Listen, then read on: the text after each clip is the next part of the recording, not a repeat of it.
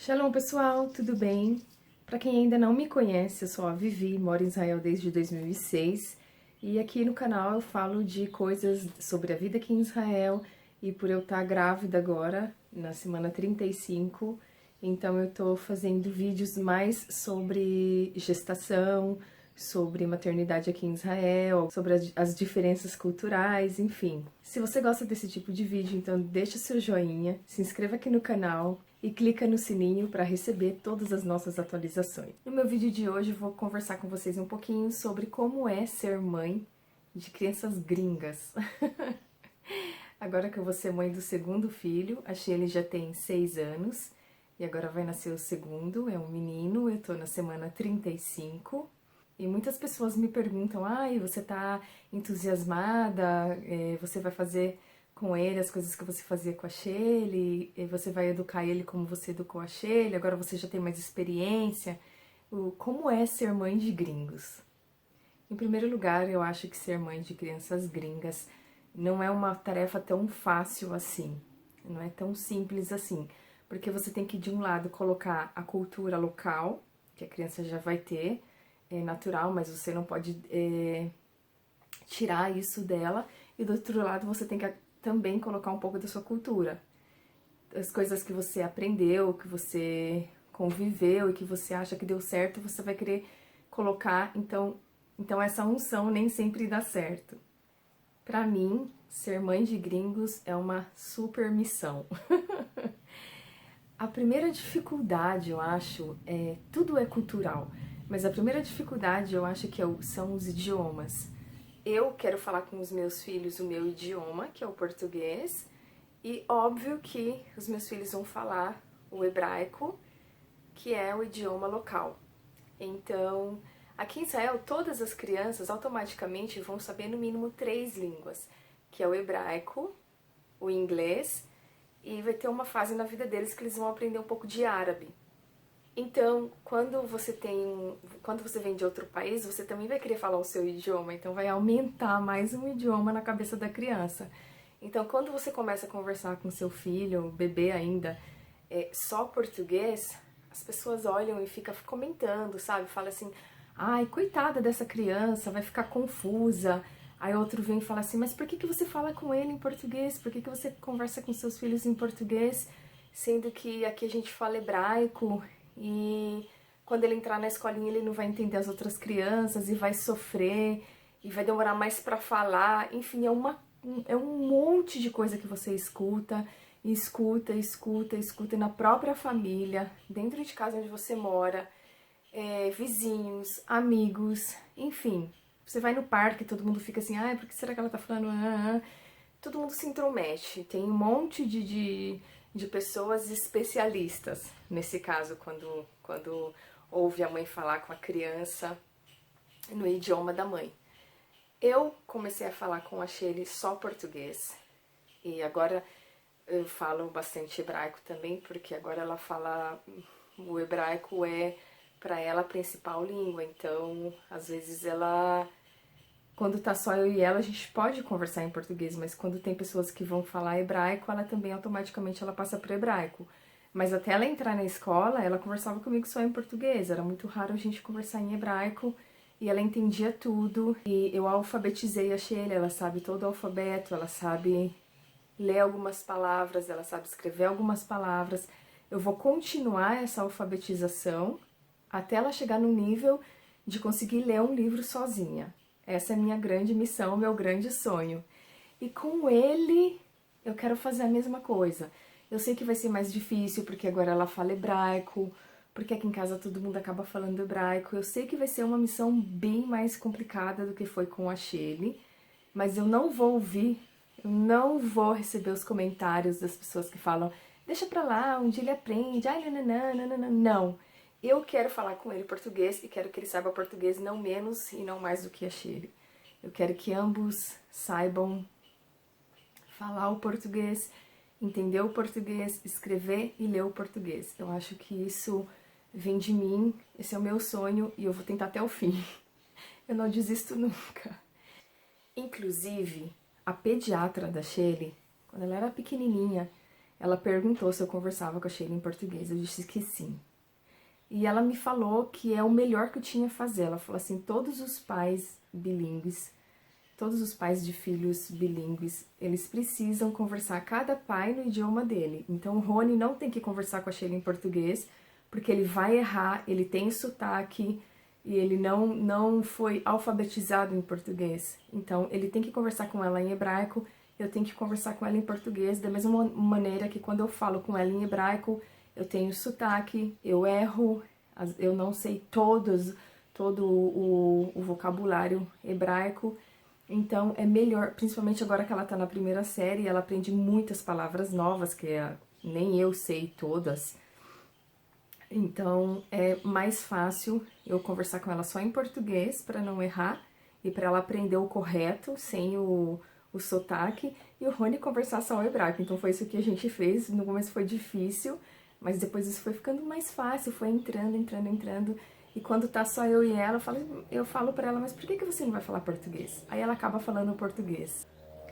Então eu acho que de todas as dificuldades e de tudo que acontece quando você mora em outro país e tem filhos gringos, eu acho, no meu ponto de vista, a minha maior dificuldade foi conseguir falar com ela português, mesmo quando a maioria estava contra. Eu também ouvia pessoas falando assim, ai, que legal, você fala português com ela, ai, que bacana. Quando ela começar a falar, ela vai falar português. Ai, quem me dera eu ter um outro idioma para ensinar meu filho. Sabe, muitas pessoas falavam assim, coloca avó, de parabéns, você é uma guerreira. E outros, né, te diminuindo. Ai, a criança vai crescer problemática e não sei o que, não sei o que, não sei o que, não sei o que lá. Então a médica explicou que eu acho que até os 3 anos, o cérebro da criança é um esfogo, é uma esponja. E tudo que eles ouvem, isso entra. Mesmo que eles não falam ainda, mesmo que é só para ouvir. Por exemplo, quando a gente colocava musiquinha pra Sheila, era em inglês. Quando eu colocava filminho pra ela, era tudo em inglês.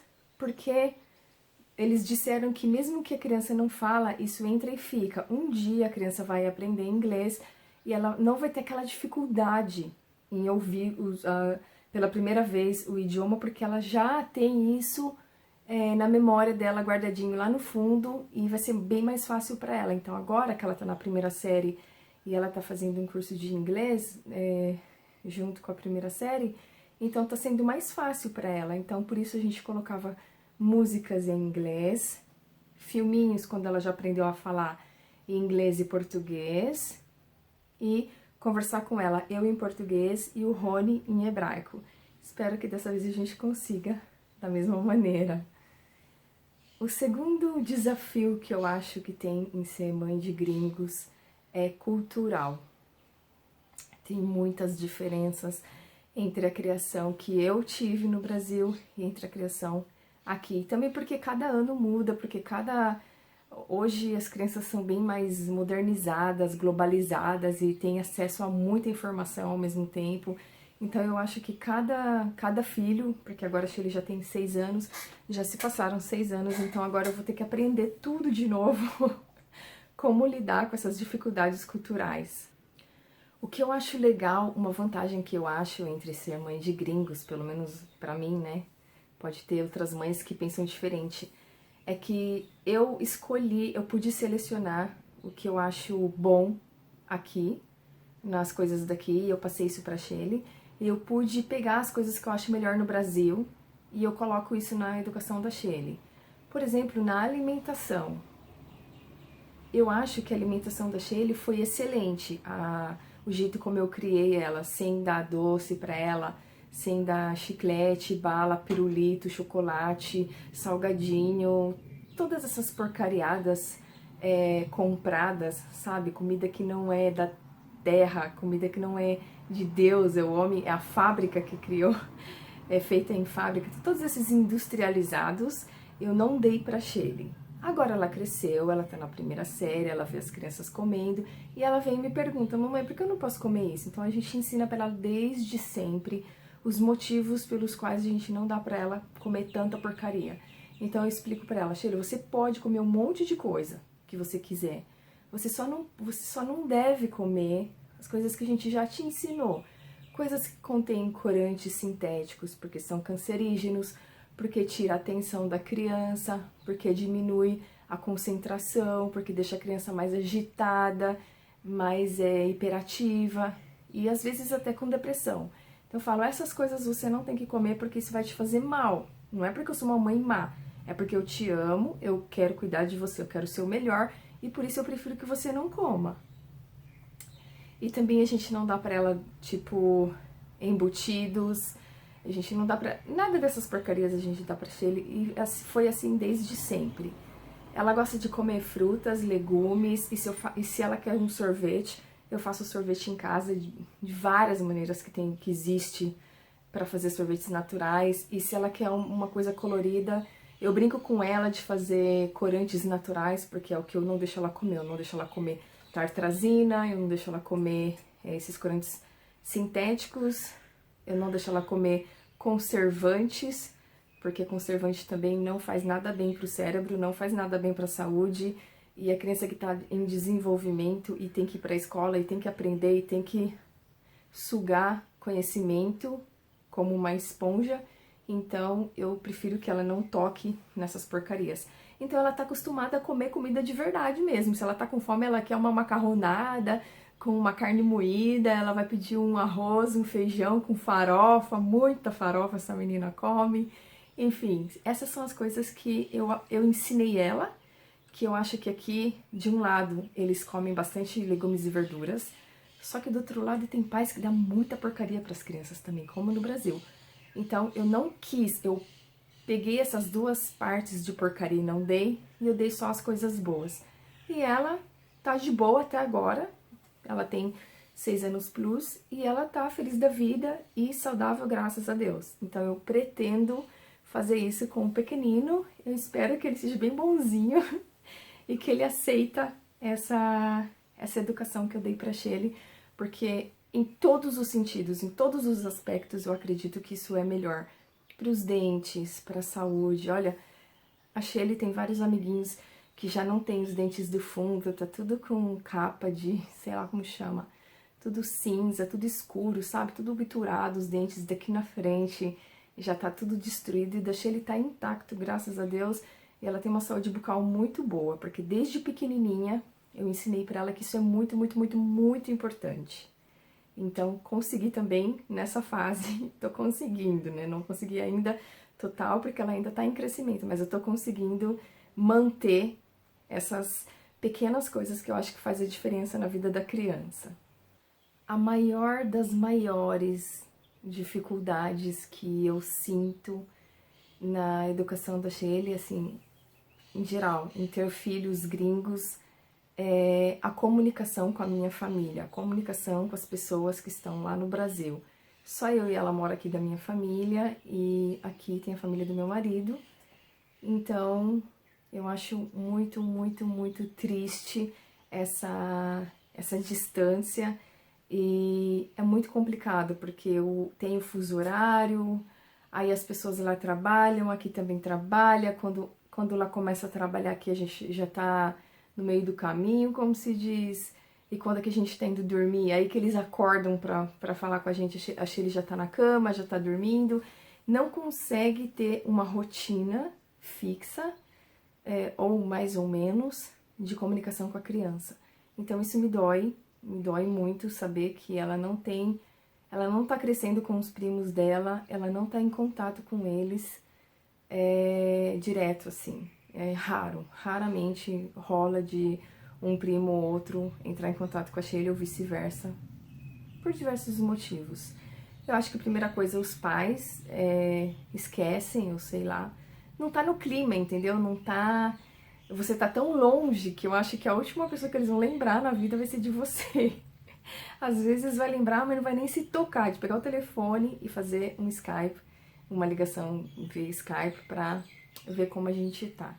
Então isso eu acho que é a parte mais triste. E quando eu coloco a Shelly pra conversar com eles, pelo fato dela não ter muita amizade, ela já ficou lá, mas ela era pequenininha e tal. Ela sabe quem eles são, ela conhece eles, mas não é a mesma coisa como as crianças aqui. Que ela vai falar o mesmo idioma, Então, isso é mais uma barreira, eu acho. Quando eu coloco ela para falar com eles, passa 1 minuto, ela perde todo o interesse de falar com eles, porque o lado de lá fica mudo, o lado daqui fica mudo, e você tem que ajudar a criança.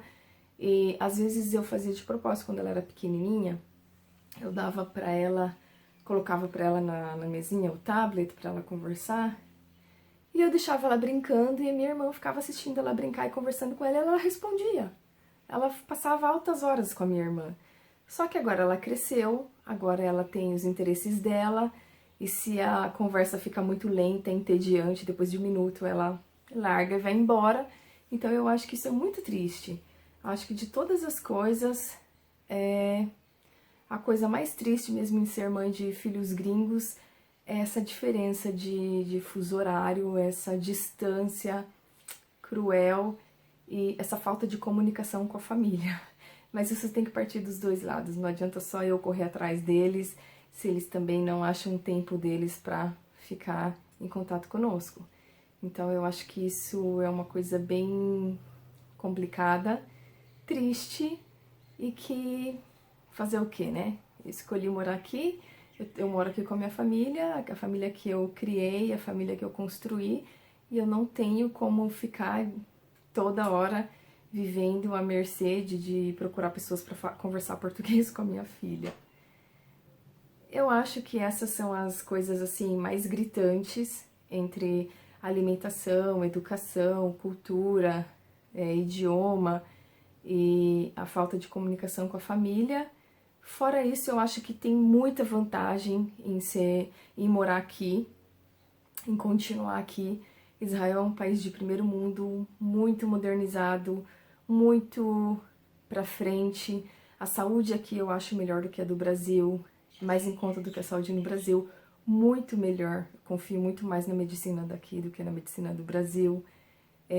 A educação aqui não é 100%, tem muito que melhorar, mas eu ainda prefiro aqui do que no Brasil, porque aqui só de começo as crianças vão falar 3 idiomas, que é o hebraico, o português e o inglês. Aí depois vai entrar o árabe em alguma parte da vida, eles vão decidir se eles vão falar ou não, ou se vai ser só alguns anos de escola, mas enfim, só aqui eu já ganhei muito, entendeu? E aqui a criança fica mais conectada com tudo, porque aqui é muito mais fácil você levar seu filho para conhecer a Europa, para conhecer muitos países aqui da região, você pode fazer isso.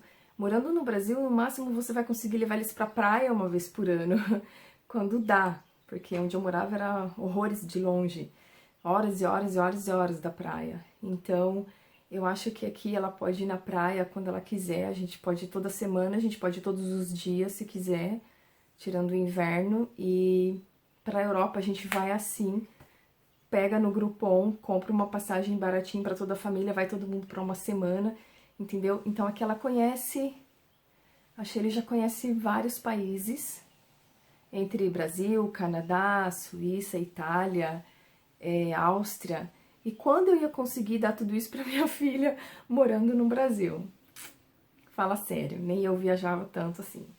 Então eu acho que aqui nesse ponto ele é bem melhor, a criança fica bem mais globalizada, mas tem esse fato da família, mas não dá pra ter tudo. Então, tem os prós e tem os contra. E só para encerrar esse vídeo, eu acho que a coisa mais importante, principalmente para quem mora em países mais seguros que o Brasil, né, mães de gringos, é que a segurança não tem preço, a tranquilidade não tem preço, a qualidade de vida não tem preço. Então, quando você junta tudo, todas as dificuldades, tudo que é mais difícil para você, tudo que é mais punk para você alfabetizar, educar, as diferenças culturais, a distância da família, mas no fim você cria seus filhos com segurança, eles podem ir para a escola a pé, de bicicleta, de skate, de sei lá o que, vão pro escoteiro sozinhos, com os amiguinhos, com 9 anos já pode buscar o irmão menor na escolinha, no prezinho, entendeu? Então, eu acho que isso é tão tranquilo, é tão deixa o coração da mãe tão mais calmo. Então, eu acho que isso não tem preço. Eu acho que de todas as coisas, essa realmente é o que ganha a força da mãe para continuar morando longe da família, para continuar passando por todas as dificuldades e vencendo um dia após o outro.